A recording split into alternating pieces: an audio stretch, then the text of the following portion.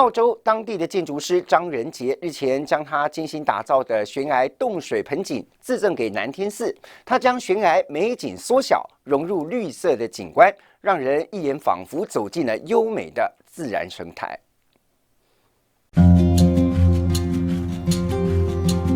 小心翼翼为盆景添土、修剪树叶，这个小小容器可不是寻常盆栽。仔细观察，可以看见随着四季变化的大自然景观。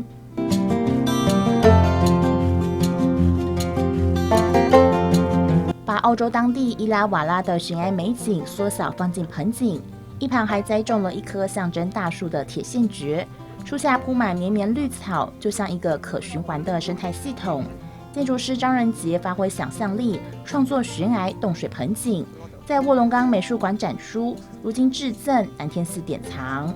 This is actually a moving water bowlscape or 洞水盆景. We think this is suitable for the Nantian Temple because this painting is based on the Chinese cultural art of bonsai painting. And given that the Nantian Temple has got a very beautiful cultural landscape in this temple grounds, this work will just be right at home here.